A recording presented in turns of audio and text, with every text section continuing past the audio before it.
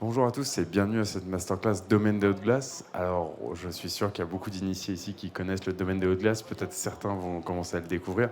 Alors, sans faire trop de teasing sur cette masterclass, je vous rappelle que c'est une thématique d'actualité de parler beaucoup de la céréale. Certaines distilleries que vous pouvez voir sur le live vont lancer justement cette thématique-là. Je rappelle que le domaine des hautes glaces était vraiment précurseur là-dedans et donc c'est un véritable plaisir de pouvoir parler de ce sujet avec Frédéric Réval. Merci. Bonjour à tous, bienvenue. Donc, je m'appelle Frédéric Revol, pour ceux qui ne me connaissent pas, et je suis le fondateur du domaine des Hautes Glaces. Le domaine des Hautes Glaces, donc, je l'ai fondé ça il y a 13 ans maintenant, 13-14 ans. J'étais un amoureux, comme vous tous, j'imagine, de spi, de vin et de spiritueux et de whisky en particulier. Et je m'éclatais de cet univers-là à la dégustation, qui est extrêmement riche, extrêmement divers, mais à force de, de le, de le goûter, de le découvrir et de rentrer dans la manière dont ça était fait, il y avait quelque chose qui m'étonnait, c'était que c'était un univers qui était construit sur des savoir-faire de transformation. On parlait beaucoup du bois, de l'élevage, de la distillation, éventuellement on parlait beaucoup de l'eau, mais il y avait une grande oubliée et du discours et des aromatiques, en tout cas du lien entre les aromatiques et le discours, c'était la céréale. La céréale traitée un peu comme une commodité. Et pour moi, ça faisait comme un non-sens. En tout cas, ça perturbait fortement mon cerveau parce que quelque chose que je bois, que j'ingurgite, ça vient de la terre et ça rentre en soi et ça retourne à la terre. Et je me suis dit qu'il y avait là tout un univers aromatique qui pouvait être exploré, en tout cas une proposition nouvelle pour le whisky, qui était celle de reconnecter finalement le monde du whisky à sa matière première et d'essayer de mettre la céréale, le vivant, la nature finalement au cœur du projet, du process, des produits et des goûts. C'est vrai que le whisky écossais, là c'est des images d'Écosse, renvoie à un univers qui est plein de charme et plein de romantisme. Et j'ai choisi cette petite, qui est plein de savoir-faire aussi, je dis, évidemment. Mais dans toutes ces photos, c'est vrai qu'on voit rarement, et heureusement un peu plus aujourd'hui, des céréales poussées autour des distilleries. Du coup, pour fonder le domaine des hautes glaces, en fait, j'ai cherché un lieu, et c'est Thierry que vous pouvez voir sur le stand là, qui est venu avec moi aujourd'hui ces 3 jours, qui m'a accueilli dans un lieu magnifique qui s'appelle le Trièves. Le Trièves, c'est un plateau de montagne situé entre le Vercors, les Écrins et le Dévoluy, pour ceux qui visualisent les Alpes du Sud. C'est un plateau fertile, c'est un ancien lac glaciaire en fait, qui permet d'avoir une nature fertile et qui permet, malgré l'altitude, de pouvoir produire des céréales dans ce lieu-là. Je dis malgré l'altitude parce que 900 mètres, c'est un peu le toit du monde des céréales en Europe. Les céréales, ça se cultive essentiellement en plaine et grosso modo, au-dessus de 1200 mètres d'altitude, il n'y a plus de production de céréales. Donc ça, c'est chez moi, c'est la vue de ma ferme, avec au fond la chaîne de l'eau bio et une petite parcelle, climat Vulson, que vous pouvez goûter parfois dans certaines de nos expressions. Et c'est ici que j'ai débarqué pour fomenter le projet du domaine des Hautes-Glaces par le truchement de Thierry, qui m'a accueilli, qui était agriculteur depuis toujours. Ça fait 4 générations qui la ferme Gabert, que les Ayoux-Perrault ont rejoint la ferme Gabert. Et lui avait repris la ferme en 96 et l'avait conduite, transformée en ferme agrobiologique, avec une recherche forte autour justement du vivant dans ses sols. Il avait sorti la chimie de ses champs et c'est comme ça qu'on s'est rencontrés d'ailleurs, parce que moi je viens de ce monde-là, d'un monde qui s'interrogeait, qui s'interroge encore d'ailleurs, sur la manière de remettre du vivant dans notre manière d'habiter le monde et de le transformer. Donc on s'est bien rencontrés et j'ai débarqué là avec cette idée de recherche de terroir dans le monde du whisky. Et le terroir, c'est pour ça que je parle de naturalité, parce que pour moi le terroir, c'est un très joli mot, un mot dans lequel on s'engouffre facilement, qui peut recouvrir des réalités totalement différentes. C'est un peu un mot valise qu'on entend de plus en plus, et d'une certaine manière, tant mieux, dans la mesure où ça ça témoigne de réalités fortes et authentiques. Et du coup, pour moi, le terroir, ça part de la terre, évidemment. Et donc, cultiver des céréales pour les transformer en whisky, mais surtout les cultiver avec une manière qui permette à la terre de s'exprimer. C'est-à-dire que depuis maintenant 13 ans que j'ai ma ferme, il n'y a plus de chimie du tout, nulle part. Il n'y a plus d'intrants. Et en fait, on travaille autour de rotation agricole, c'est-à-dire à changer les variétés tout le temps. On cherche à nourrir les sols, à considérer le sol non pas comme un simple support de production, mais comme un écosystème à part entière pour lequel on essaie d'avoir la plus grande attention afin qu'il puisse nous redonner des céréales qui vont pouvoir faire du whisky, des céréales avec des goûts aussi spécifiques, marqués, liés à cette place, à ce territoire, à cette pédologie, à ce climat qui est hyper fort et particulier. C'est pour localiser ma ferme, un peu quelques images autour de chez moi, et le point domaine des Hautes-Glaces pour vous permettre de voir un peu mieux où c'est. Quelques photos aussi là qui renvoient un peu à ces pratiques agricoles autour du vivant, où en fait les champs, il y a quelques années, une photo comme ça, en tout cas pour encore beaucoup d'agriculteurs, c'est une esthétique qui fait pas plaisir, ça. C'est un champ qui est sale, ça s'appelle, pour un agriculteur en conventionnel. Pour moi, c'est un champ qui a de la diversité et qui est vivant. Et c'est important, les esthétiques, en fait, de changer les regards sur le monde, parce que c'est aussi comme ça qu'on fait bouger le monde. C'est du coup des outils et des manières de travailler différentes, sans intrants, je vous disais, mais c'est aussi sans labour. C'est-à-dire qu'on a sorti les charrues des champs pour essayer de trouver d'autres techniques agricoles qui permettent de respecter davantage le sol et les écosystèmes qui s'y jouent. Les écosystèmes, c'est dans une petite tasse à café de terre, dans un sol vivant, il y a plusieurs centaines de milliers de bactéries qui sont là. Et en fait, c'est ces bactéries-là, par association avec les végétaux, qui vont, sous forme soit de mycorhizes ou de chaînes alimentaires, vont permettre à la plante de venir se nourrir d'oligo-éléments. Et ces oligo-éléments-là, ces tanins-là aussi, vont en fait amener une spécificité du goût. Une plante, ça se nourrit d'azote, d'eau et de CO2, ça c'est le gros. Mais ça se nourrit aussi de toute une tas d'énormément d'autres composés qui vont amener une profondeur en termes de goût, une diversité qui va faire le terroir justement.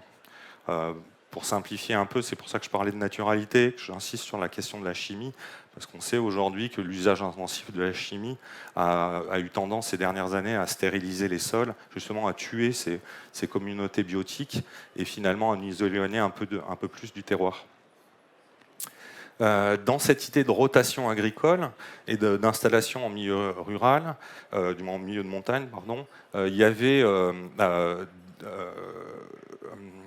évidemment l'orge qui est au cœur des single malt qu'on aime et qui est une céréale qui traditionnellement pousse plutôt bien sur ce genre de climat de montagne. L'orge est un peu une céréale de climat un peu compliqué. C'est certainement pour ça qu'il y a beaucoup d'orge en Écosse. On partage aussi des climats parfois pluvieux, parfois rudes, avec les Écossais. Mais dans ces logiques agricoles, il y a, dans une logique un peu agroécologie, l'idée de faire varier sur une même parcelle les communautés vivantes, les plantes qui y sont, est ultra importante et un peu clé dans la manière de penser son agronomie. Et du coup, je me suis dit, si on peut faire des belles eaux de vie à partir de l'orge, des beaux whisky, il y a aussi à explorer tout un autre monde avec tout un tas de variétés ou d'espèces de céréales qui étaient relativement peu communes dans le monde du whisky. Et c'est ce qu'on va faire là ensemble. maintenant, puisque avec le temps, j'ai eu la chance de pouvoir m'amuser à faire pousser différents types de céréales et à pouvoir les fermenter, les malter, les brasser, les fermenter, les distiller et puis les élever petit à petit pour découvrir finalement de nouveaux horizons aromatiques, puisque j'ai parlé quand même pas mal de techniques et d'agroécologie, mais en fait, tout ça, c'est pour boire du whisky, au fond, à la fin, et des bons whisky. La première eau de vie que vous avez dans les mains est une eau de vie d'orge. Je dis eau de vie parce que le whisky, vous le savez, c'est une eau de vie de céréales vieillies en fût. Et pour moi, les whiskies restent toujours des eaux de vie. Ils naissent eau de vie et ils continuent eau de vie. On est quand même sur un whisky qui est relativement jeune et qui a tout juste 3 ans. Et qui a été élevé dans un très vieux bois dans l'idée, c'est pour ça que je l'ai sorti de le fût pour venir avec vous, le partager avec vous, parce qu'on est vraiment sur des caractères pour moi très intéressants sur les orges, où on a un fruité, une délicatesse, une floralité qui est assez typique de nos eaux de vie telles qu'elles sortent de l'alambic et telles qu'elles se conduisent dans le temps chez nous.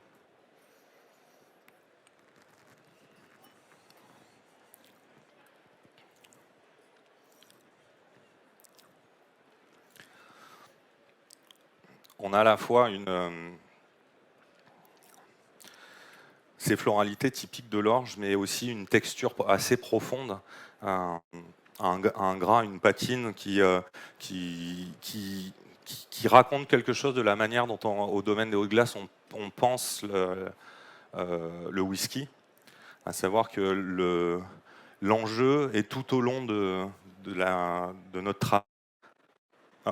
Ouais, tout au long de notre travail, finalement, quand on sème ses propres céréales, qu'on les voit grandir, qu'on travaille le sol pour qu'elles soient là, qu'on les moissonne, qu'on les rentre, on a une perception de ce qu'est cette céréale-là. Tout au long de ce cycle-là, il y a des odeurs qui sont venues, il y a des choses comme, il y a des odeurs, des saveurs, des croquants, et qui nous donnent quelque part une idée de ce qu'est la typicité de cette céréale-là, et c'est ça qu'on essaye de préserver dans nos whiskies in fine. Pour faire ça, en fait, c'est aussi des choix techniques. Pour parler un peu technique. Ah oui, c'était un petit jeu, mais c'est passé. 80, je ne sais pas combien de pourcentage, je fais un petit aparté, mais vous allez pouvoir déguster plein de whisky aujourd'hui, mais la céréale reine du whisky, c'est l'orge. Mais en fait, dans le monde est fait de plein de graminées. Les céréales sont des graminées et de plein d'espèces différentes. Et dans les rotations, c'est ça, je voulais présenter ce qu'on va goûter. Dans les rotations qu'on fait au domaine, à la fois on fait de l'orge, on travaille aussi du seigle, ça sera ce qu'on va goûter juste après, vous pouvez le mettre en nez d'ailleurs, et vous aurez tout de suite la différence aromatique des deux. On peut travailler du blé. Le blé, c'est la céréale la plus commune en France. J'y reviendrai. On en fait un petit peu, mais j'en ai pas amené là. Mais il y a encore d'autres céréales, peut-être beaucoup plus moins communes pour vous. Je sais pas si. Donc ça, c'est de l'orge, ça c'est du seigle. Je ne sais pas si vous avez une idée des céréales qui sont là devant vous. Si quelqu'un, quand il voit ça, se dit ah tiens, c'est de l'engrain. Ça, c'est de l'engrain. Notre nom, c'est le petit épeautre. Il y a pas mal de boulangers qui l'introduisent aujourd'hui ça. Peut-être que vous connaissez plus. On en voit, il y en a beaucoup en sauvage des céréales comme ça. Ça s'appelle de l'avoine. C'est aussi. Et celui-ci, il est beaucoup plus gros, beaucoup plus rustique. C'est un ancêtre du blé. C'est la céréale méditerranéenne par excellence. On en trouve, elle est citée plein de fois dans la Bible, et c'est l'épeautre.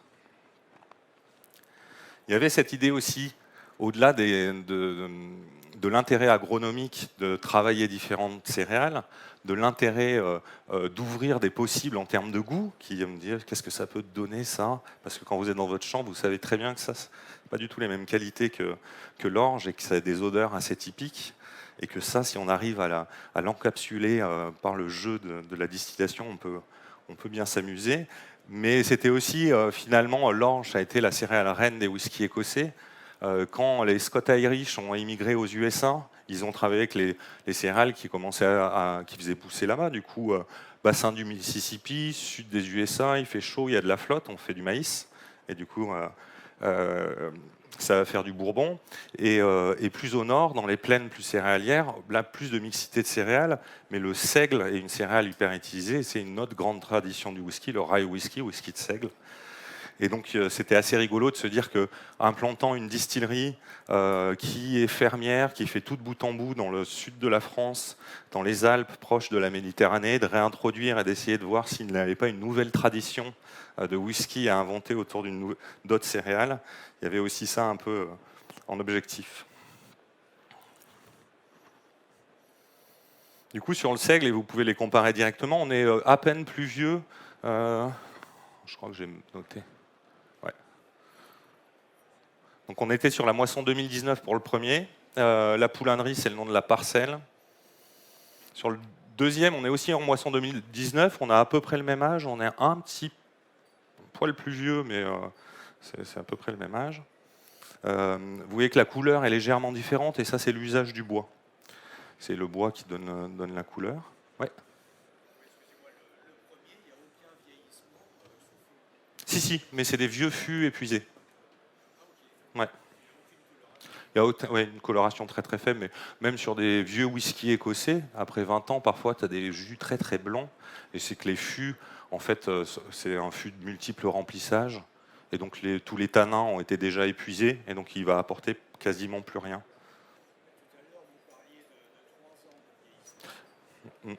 Ah, regarde, ouais. Merci.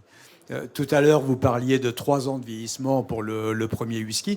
Du coup, il n'a pas l'appellation whisky. C'est un distillat que vous vouliez nous faire déguster, voir ce qui est donné. Alors, la réglementation, oui, et, pour le coup, je crois que ça n'a même pas 3 ans. Mais la réglementation européenne du whisky, c'est une eau de vie distillée, du coup, une eau de vie de céréales vieillie en fût au moins 3 ans.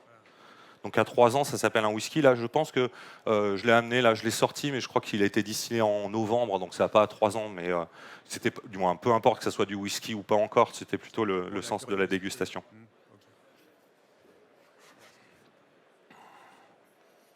Donc, si vous comparez les nez, alors qu'on avait des fragrances florales, quelque chose d'un petit peu plus d'un peu pâtissier sur le premier, avec des fleurs, des fruits à chair blanche, etc.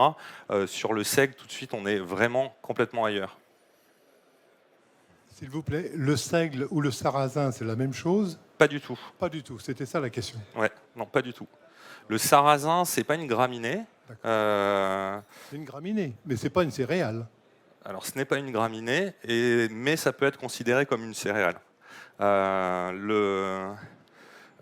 Généralement, on dit que les céréales sont des graminées, mais il y a un peu quelques exceptions, quelques akènes, donc des fruits secs, qu'on considère aussi comme des céréales, parce que la céréale, c'est plus une notion d'alimentation, si on peut appeler ça de l'alimentation humaine. C'est l'idée que ça se mange et que c'est sec et qu'il y a pas mal d'amidon dedans. Mais en termes de type d'espèce, de grandes espèces, c'est pas une graminée, le sarrasin. Contrairement au seigle, tout ça sont des graminées. Du coup, le seigle, avec ses côtés à la fois très herbacés, en même temps qu'on a déjà au nez quelque chose d'assez minéral, de terreux, d'un peu presque fumé. Et je ne sais pas si vous l'avez passé en bouche.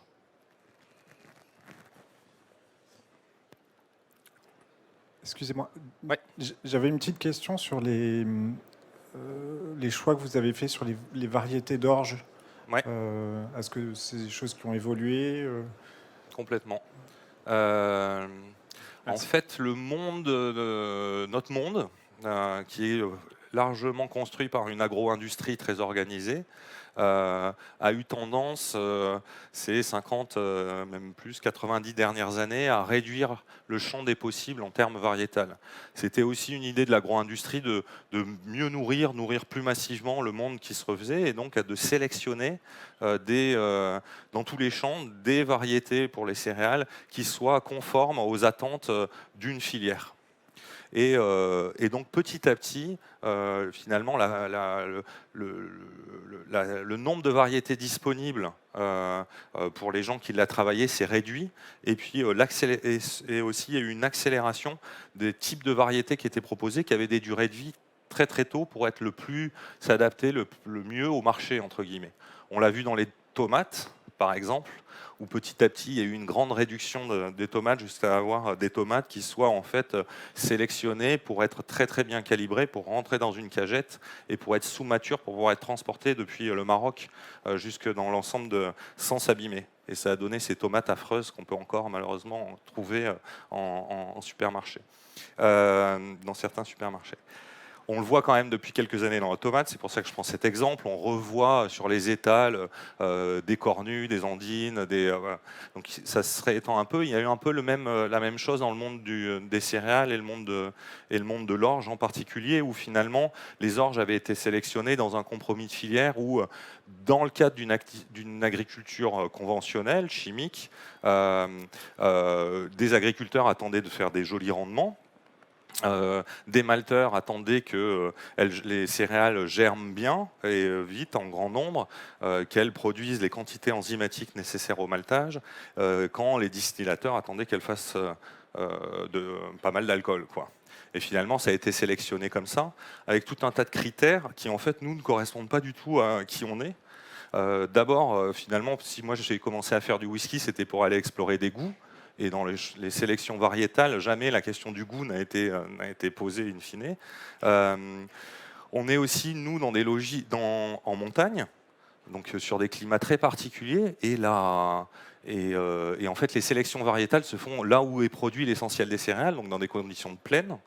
Et ce que je disais aussi, c'est que juste avant, c'est qu'en fait, ces sélections, ces races, ces variétés qui sont pour ça que je dis races très racées, c'est un peu des Formule 1, c'est-à-dire que ça fonctionne très bien si tu apportes la quantité d'azote qu'il faut au bon moment, si tu n'es pas du tout dans ces pratiques, et c'est notre cas, sans intrants, sans chimie chez moi, etc., ce pas des variétés qui sont adaptées à mes pratiques agricoles. Donc, depuis le début, j'essaye des variétés que je trouve à droite à gauche disponibles auprès de semenciers, mais même s'il y en a qui ont donné des trucs fantastiques, notamment je pense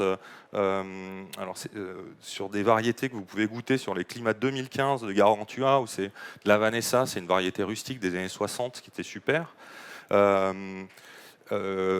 là on a une variété qui s'appelle Coccinelle qui fait des très jolies choses. Cela dit, le monde n'était pas assez grand pour nous, notre envie de truculence et d'aller chercher, et donc des nouvelles variétés. En fait, depuis maintenant 3-4 ans, on a commencé à multiplier, à développer nos propres variétés. Plus que variétés, même des populations, c'est-à-dire à travailler. On a sorti de conservatoires dans différents coins du monde des variétés qui n'avaient pas, ou des populations qui n'avaient pas été mises en terre depuis 80, 100, 200 ans, voilà. Et on les remultiplie dans l'idée d'aller chercher des nouveaux goûts, de voir si ces variétés-là sont plus adaptées à notre manière de faire, si elles nous offrent des grands plaisirs aromatiques à la fin. Mais dans l'idée aussi, je pense qu'on ne peut plus l'ignorer, on va faire face à des bouleversements climatiques probablement assez violents les prochaines années, et il y a une forme de recherche de résilience aussi à travers ça, c'est-à-dire d'aller ouvrir des possibles en termes génétiques pour se dire on a plein de variétés différentes, et là-dedans il y en a peut-être qui fonctionneront mieux demain qu'aujourd'hui, parce que le climat aura changé fortement et on continuera à pouvoir boire des bons whisky. Voilà. C'est un peu l'idée. Donc oui, on multiplie des variétés. Mais avant ça, déjà l'exploration qu'on commence à faire là maintenant est aussi hyper intéressante. Dans l'espèce orge, potentiellement, tu as un champ de fou en termes variétal, mais aussi pour chaque espèce, Et vous allez le découvrir là encore davantage. L'univers des possibles est juste dingue, quoi. C'est à explorer.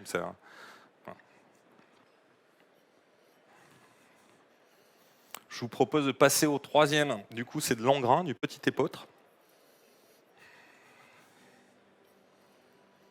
Qu'est-ce que je voulais raconter? Ah oui.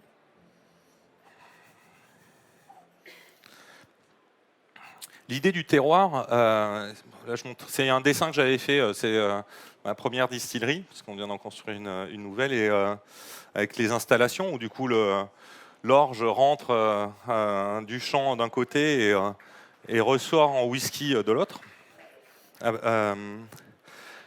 Contrairement... donc il y a une idée de naturalité, je vous parlais pas d'intrants, on prend soin de la terre, on essaye de rendre nos sols vivants, il y a une idée de laisser s'exprimer les potentiels naturels qui sont et dans nos sols et dans les variétés. Cela dit, quand on fait du whisky, il y a une intention tout le temps très forte dans les choix qu'on peut faire. Vous parliez du fût tout à l'heure, évidemment que si l'orge, on l'avait mis dans un fût neuf, bousiné, chauffé très fortement, d'un coup les caractères du bois allaient marquer davantage l'eau de vie qu'on allait boire et peut-être même effacer cet effet terroir. Donc on cherche à chacune des étapes de transformation à finalement à essayer de révéler, de maintenir, de faire résonner les caractères spécifiques que vous commencez à découvrir de chacune des céréales qu'on peut travailler. Et pour ce faire, à chaque étape, on a un certain nombre on fait un certain nombre de choix. Par exemple, en termes de brassage, vous le savez, si vous avez interrogé des brasseurs un peu et des distillateurs, il y a une infusion de malt qui est faite et il y a des températures spécifiques dont certaines températures vont favoriser la mise en solution, l'activation des bêta-amylases et la mise en solution des sucres qui va faire l'alcool. Nous, on utilise au domaine des glaces des bains de température spécifiques qui ont pour vocation de mettre plutôt en solution favoriser la création d'acides aminés et mettre en solution les protéines qui, elles, vont amener des goûts spécifiques, justement, qui vont signer la spécificité de nos eaux de vie. De la même manière, et c'est assez rare dans notre monde du whisky, ce qui fait de l'alcool, c'est qu'à un moment, il y a la fermentation. C'est des petites levures, des micro-organismes qui vont en fait manger les sucres et les transformer en alcool. Mais elles ne font pas que ça, les levures. En fait, en fonction des oligo-éléments qu'il y a dans le brassin, en fonction de leur nature propre, elles vont aussi créer des goûts, révéler des goûts. Et dans notre monde du whisky, le monde commun, en fait, ces levures, elles sont en fait réintroduites. On ensemence en fait nos brassins. On a fait une infusion, on ensemence nos brassins et on va réintroduire des levures. On doit, contrairement au vin où il peut y avoir une fermentation spontanée, là on a brassé à plus de 60 degrés pendant plusieurs heures, donc le brassin il est stérile en ensemence. Et cet ensemencement il se fait grâce à une industrie levurière qui fournit des levures qui ont été sélectionnées, des souches, pour faire de l'alcool, pour faire des goûts, etc. C'est pareil aussi dans le vin. Il y a des vignerons qui travaillent en levure indigène, mais il y a beaucoup de vignerons qui travaillent avec le support LED de levuriers. Et finalement, nous, toutes nos céréales viennent de chez nous. Il y a zéro chimie nulle part. L'eau vient de chez nous. Et il y avait ce sujet de la levure qui se posait depuis le début, où en fait on introduit les levures et quelles levures on doit introduire. Et donc dans ce que vous goûtez là, c'est les premiers essais que j'ai fait en levure sauvage, en levure indigène. Donc des levures qui étaient présentes sur la céréale, qu'on a remultipliées au début de manière assez artisanale, pour que finalement le chemin du terroir soit jamais perdu et que ce soit bien les mêmes communautés biotiques qui viennent exprimer, transformer et faire les goûts qu'on est en train de goûter.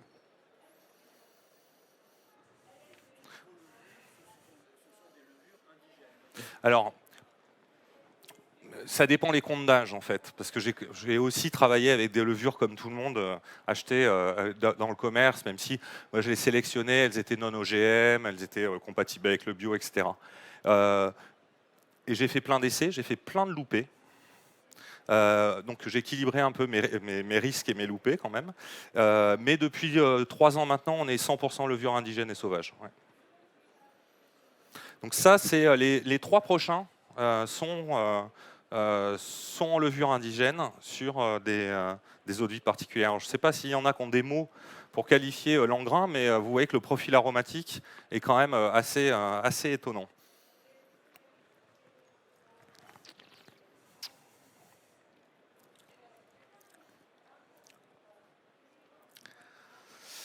Moi, j'aime bien l'engrain. Une fois qu'il y a eu la fermentation, et pendant la fermentation, en fait, le temps de fermentation va aussi beaucoup jouer sur la qualité du wash fermenté qu'on obtient. Vous l'avez peut-être entendu si vous avez fait un peu d'un tour du côté des rhums, on l'entend pas trop dans le whisky. De plus en plus. Vous avez certainement entendu parler de high ester rum, notamment chez les Jamaïcains, des Hamden, des Foursquare, etc. On pratique quelque chose d'assez proche au domaine des eaux de glace aussi. Quand on fait des fermentations qui durent plus de 140 heures, ce qui est extrêmement long dans le monde du whisky, pas dans le monde du vin, mais puisque la moyenne dans le monde du whisky, c'est plutôt entre 48 et 90 heures de fermentation. Et ce qui est intéressant dans des fermentations longues, en fait, c'est qu'au-delà de la fonction principale et métabolique de la levure qui va bouffer du sucre pour faire de l'alcool, en fait, au bout d'un moment, les levures commencent à déclencher d'autres voies métaboliques et vont justement profiter de l'ensemble des éléments dans le brassin pour produire d'autres choses, notamment des esters, des acides gras et d'autres voies métaboliques qui vont amener une complexité et révéler d'autres choses. C'est pour ça qu'on fait ces fermentations longues. Et une forme de suave acidité dans l'engrain que moi je trouve assez fascinante et lancinante.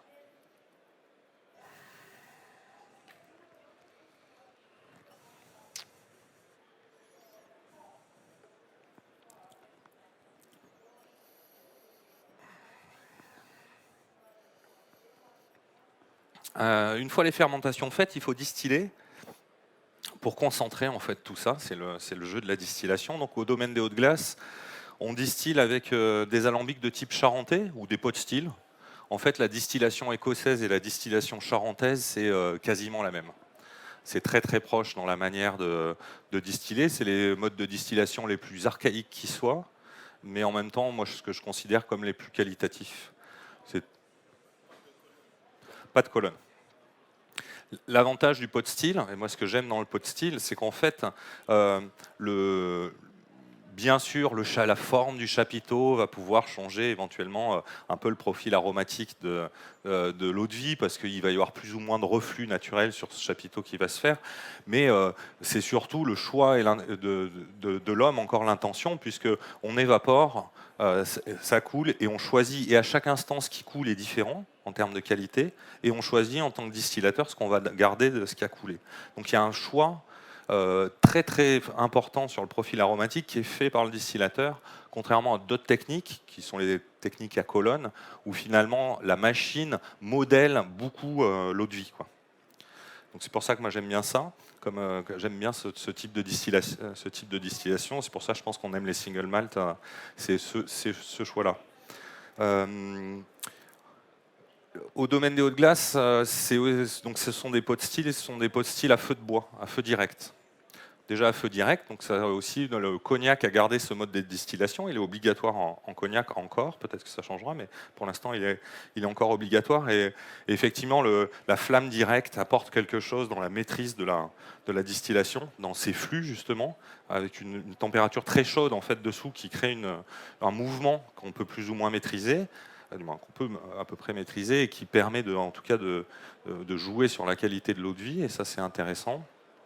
Donc c'est ce qu'on a choisi de garder au domaine des eaux de glace. On s'est inspiré largement de la tradition de distillation cognacèse pour distiller. Il se trouve aussi que le feu direct est très peu utilisé en Écosse, mais il y a quelques distilleries qui l'utilisent encore, et à mon goût, hein, c'est mon goût personnel, ça fait des distilleries, c'est des distilleries qui ont des jus que j'aime beaucoup, moi, personnellement. Au-delà de distiller à feu direct, on distille avec du bois.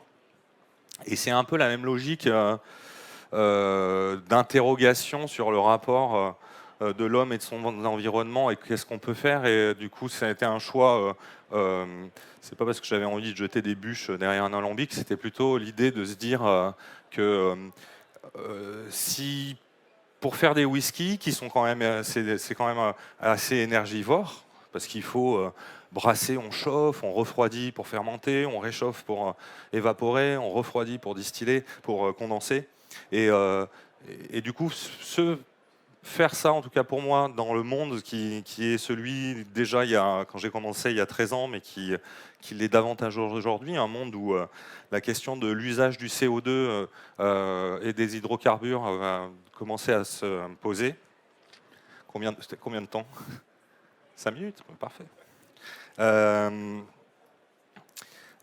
Utiliser des énergies locales et renouvelables, ça me semblait être nécessaire, quoi. Donc la distillerie fonctionne 100% énergie locale et renouvelable, et c'est pour ça qu'on utilise du bois qui vient des forêts alentours sous forme de granulés pour distiller.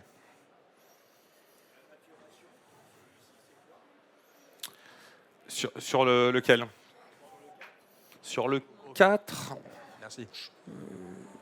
Je me rappelle plus exactement, c'est un moisson 16, je crois.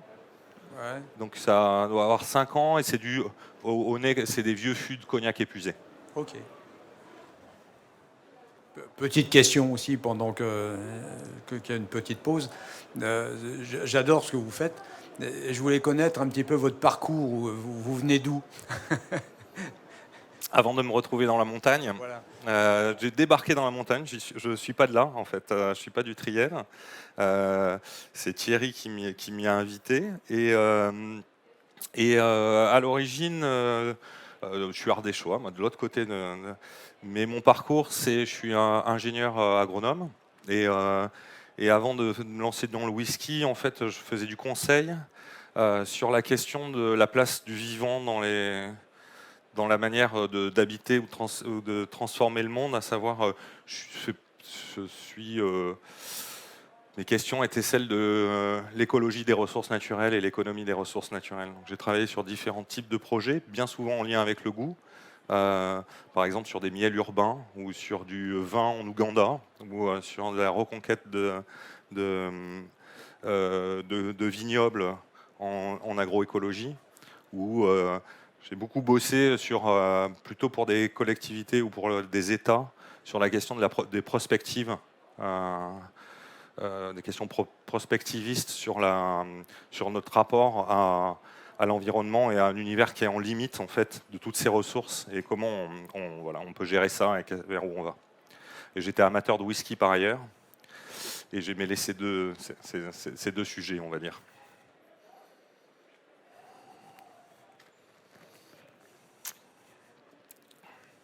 Je vous propose, puisqu'il ne reste plus que 2 minutes 30, de goûter de passer au dernier, où là on est à 8 ans d'âge pour le coup.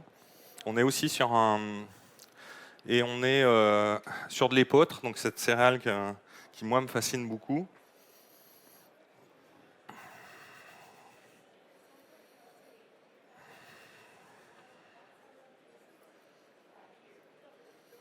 Et pour parler de l'élevage, donc en fait j'ai fait le choix d'eau de vie où en fait les caractères boisés marquent pas trop, même s'il y a des différences entre les deux. Notamment, on le voyait au début, voilà, des eaux de vie qui ont le même âge et voilà, 2 couleurs différentes. Pourquoi ? Parce que en fait, dans le choix des élevages qu'on peut faire au domaine, il y a l'idée d'accompagner la céréale et d'essayer de trouver une manière d'élever qui correspond, qui mette en valeur ou qui résonne les caractères propres avec les caractères propres de chacune des céréales qu'on travaille.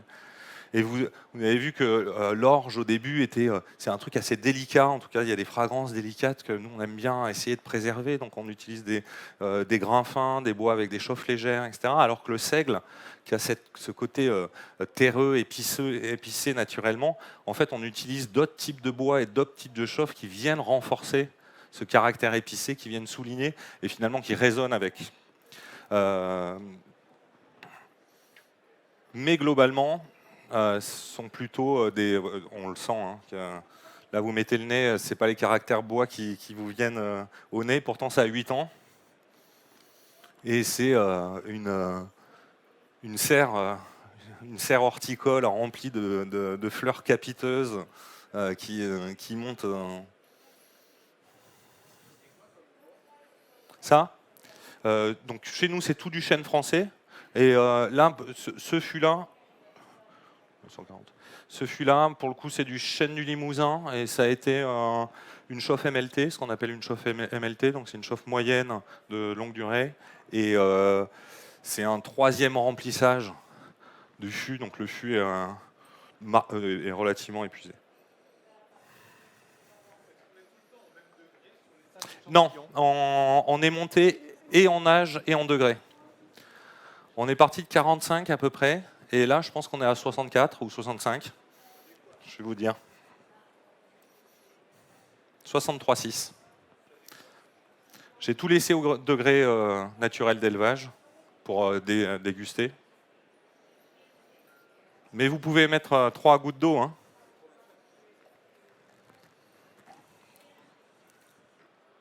Le degré naturel d'élevage permet aussi, en tout cas moi, dans le travail que je fais, d'apprécier les qualités de gras en fait, qu'on peut avoir en pain.